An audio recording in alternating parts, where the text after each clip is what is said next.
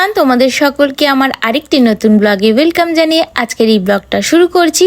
আশা করছি আজকের ব্লগটা পুরো দেখার পর তোমাদের সকলের ভালো লাগবে। যদি ভালো লেগে থাকে অবশ্যই একটা লাইক করে সাবস্ক্রাইব করে পাশে থাকতে হবে। অনেক দিন পর আজ আমার রান্নাঘরে ব্রেকফাস্টে কি বানাচ্ছি জানো? ইপি। অনেক দিন পর বানাচ্ছি, কারণ সেরকম খাওয়া হয় না আমাদের। তা ইপি বানানোর জন্য আমি একটা ডিম ফাটিয়ে নিলাম, তার মধ্যে দিয়ে দেবো পরিমাণ মতো নুন, আর দিয়ে দেবো ব্ল্যাক পেপার, তার সাথে দিয়ে দেবো একদম জিরি জিরি কুচি করে রাখা কাঁচা লঙ্কা। একটু এপিট ওপিট করে ভেজে নিয়ে এটা তুলে নেবো। আর ইপিটা একদম সিম্পলভাবেই করবো। এই একটাই ডিম ছিল বাড়িতে, তাই ভাবলাম এটা দিয়েই করে নিই, একটু স্বাদটা বাড়বে, এনহ্যান্স হবে এই আর কি। তা দেখো ডিমটা ভাজা হয়ে গেছে। তা ডিমটা আমি এবার একটা পাত্রে তুলে রেখে দেবো। এই কড়াতেই আমি আমার ইপিটা বানাবো। জানো তো, সুমিতের কিন্তু ইপির থেকে ম্যাগিটাও বেশি ভালোবাসে, কিন্তু আমার ইপিটাই ভালো লাগে পার্সোনালি। তা এর মধ্যে এবার ইপির যে প্যাকেটের ভেতর মশলাটা থাকে ওইটা দেওয়ার পর একটু জল দিয়ে দেবো, যাতে মশলাটা না পুড়ে যায়। তা ঝোলটা ফুটে এলেই তারপরে এক এক করে ইপিটা ছিল রাখা সেগুলো ঝোলের মধ্যে দিয়ে দেবো। মশলাগুলো ফুটে এলে তারপরে এটা ঢাকা চাপা দিয়ে রান্না করব। আমি একটু সুপি টাইপের করব না, আমি একটু শুকনো শুকনো করব। তা আমি এইভাবেই ইপিটা রান্না করতে বেশি ভালোবাসি। আর এর মধ্যে পরিমাণ মতন সস দিয়ে দেবো। তোমরা কিভাবে রান্না করো আমাকে কমেন্টে জানিও। শীতকাল হলে আমি এর মধ্যে অনেক ভেজিটেবল দিতাম, বাট এখন তো গরমকাল, সেরকম ভেজিটেবল কিছুই নেই। পাওয়া যায় মার্কেটে, কিন্তু সেরকম স্বাদ হয় না বলে ভেজিটেবল ইউজ করিনি। দেখো আমার ইপিটার তৈরি হয়ে গেল। চলো এবার সার্ভ করি, সুমিতকে ব্রেকফাস্টটা করতে দিই। আর তোমরা বলো তোমাদের কি ভালো লাগে, ইপি না ম্যাগি?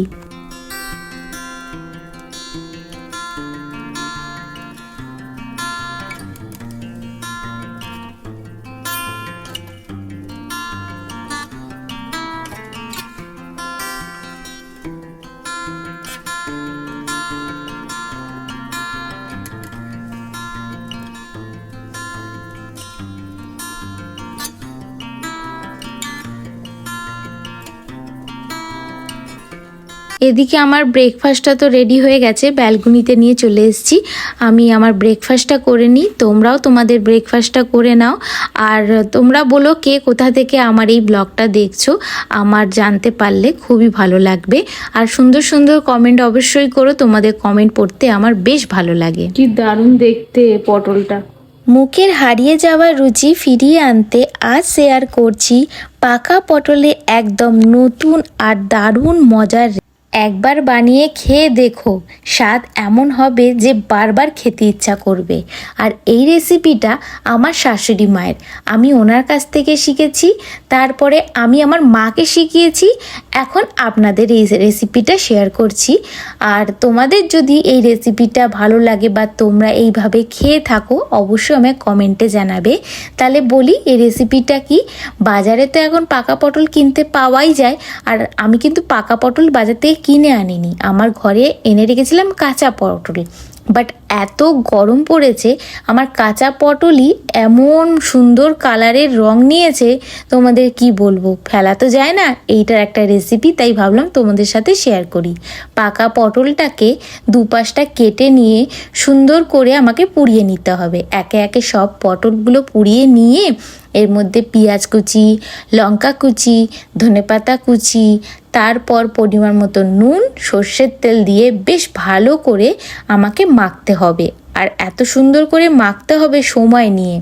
তারপর এর মধ্যে দুটো টমেটো পুড়িয়ে সেম প্রসেসিংয়ে একদম মিক্স করে মাখতে হবে। মাখাটা না ধৈর্যের ওপর থাকে, জানো তো।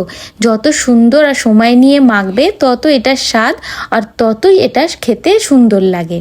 এই যে পটলটা পুড়িয়েছি, আর একটা পটল আছে ওটাকেও পুড়িয়ে নিয়ে একটা টঙের সাহায্যে ধরে আমি সুন্দর করে ছোট ছোট কিমা মতন করে নেব।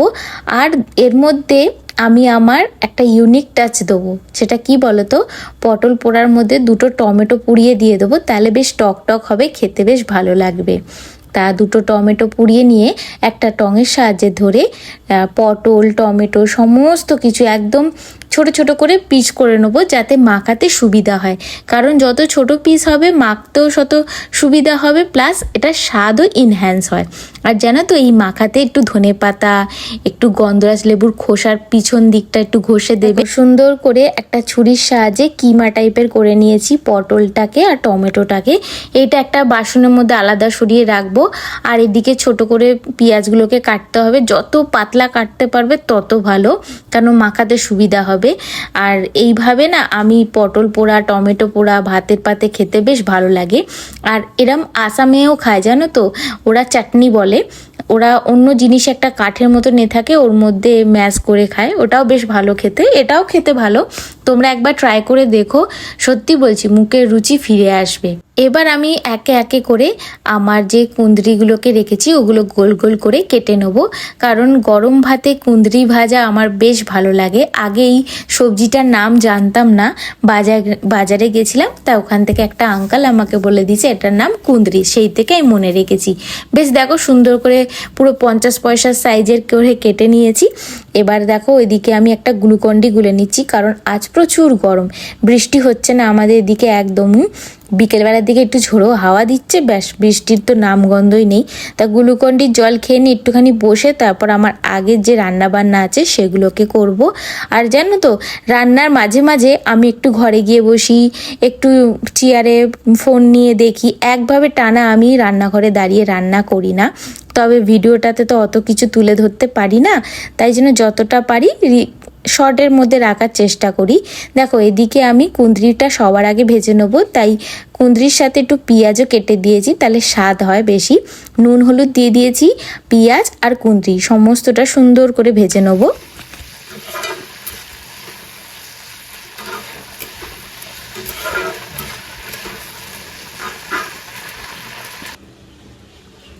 কুমড়ো দিয়ে আজ মুগের ডাল করেছি, বেশ ভালো লাগে আমার খেতে।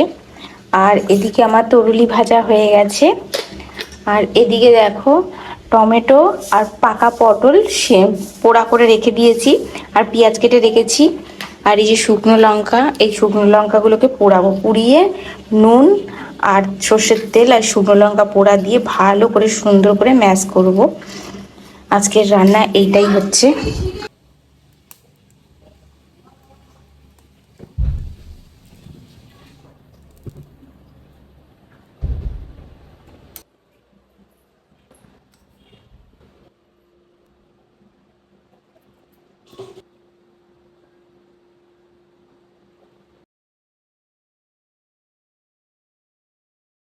এর লাঞ্চটা দারুণ জমে গেছে একদম, তোমাদেরকে আর তুলে দেখাতে পারিনি ভিডিও ক্লিপ, কারণ এত সুন্দর লাঞ্চ করেছি।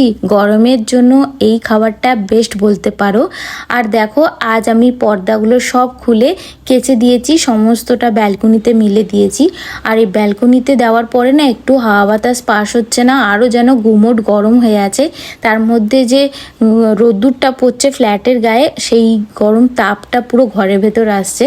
দেখি বিকেলবেলার মধ্যে এই পর্দাগুলো আবার লাগিয়ে দিতে হবে, নাহলে সন্ধেবেলায় লাইট জ্বালে পুরো বাইরেটা দেখা যাবে, মানে বাইরে থেকে ঘরের ভেতরটা দেখা যাবে।